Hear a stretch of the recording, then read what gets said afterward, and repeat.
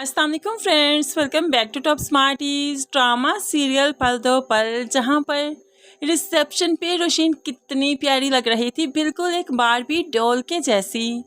बासित तो बिल्कुल इस रोशीन को डिज़र्व नहीं करता, इतनी इंसल्ट करता है, इतना बुरा हाल करता है उसका, सिर्फ अपने मतलब के लिए उसके साथ अच्छा बना फिरता है।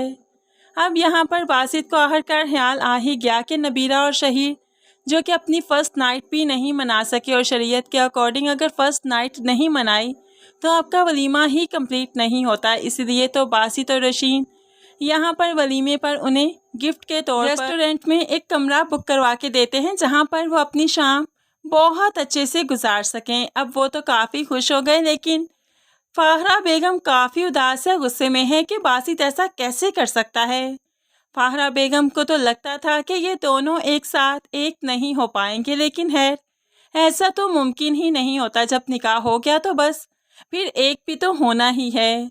अब यहाँ पर खुशी खुशी अगले दिन दोनों जब घर वापस आए तो फिर से तैयार श्यार होकर कहीं जाने लगे, तो फाहरा बेगम तो खड़ी हो जाती है सामने, नहीं जा सकते तुम लोग, अभी अभी काली बिल्ली यहाँ से गुजरी है, तुम लोग घर से बाहर नहीं निकल सकते। तो नबीरा कहने लगी, क्या हो गया हाला आपको, काली बिल्ली ही तो थी, गुजर गई ना, तो हम बाहर क्यों नहीं जा सकते। ऐसे में शहीर भी माँ को समझाने लगा कि ये कैसी बातें कर रही हैं। फाहरा को बहुत गुस्सा आया, कैसी बातें कर रही हूँ, क्या क्या मतलब, काली बिल्ली रास्ता काट जाए तो मनहूस होता है।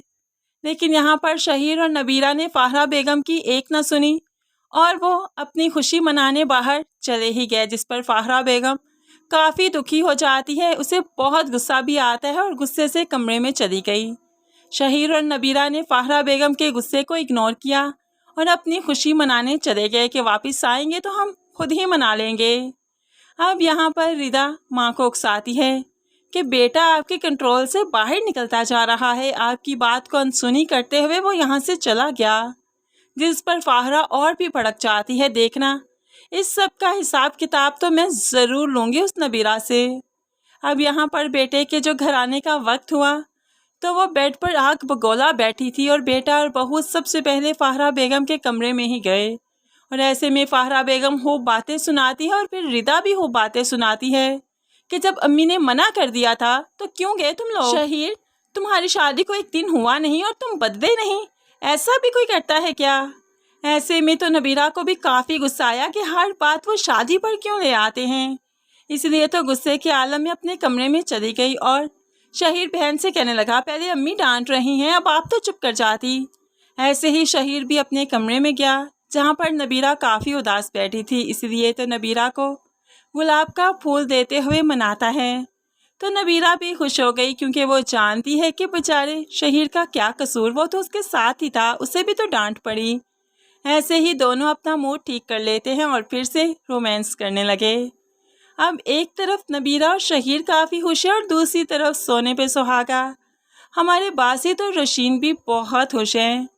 बासित तो खुश कभी कभी ही होता है, लेकिन रोशीन बासित को देखकर ही खुश हो जाती है। बासित तो आज रोशीन के लिए फूलों के गजरे भी ले आया और उसे पहनाते हुए कहने लगा, दुनिया की सबसे खूबसूरत औरत हो तुम। बासित ने तो आज तारीफ़ों के पुल बांध दिए कि रोशीन की खुशी तो संभाले से नहीं संभल रही। एक तरफ नबीरा अपने शौहर के साथ और दूसरी तरफ रोशीन अपने शौहर के साथ काफ़ी रोमांस कर रहे हैं, यानी कि दोनों बहनों के सितारे अरूज पर हैं।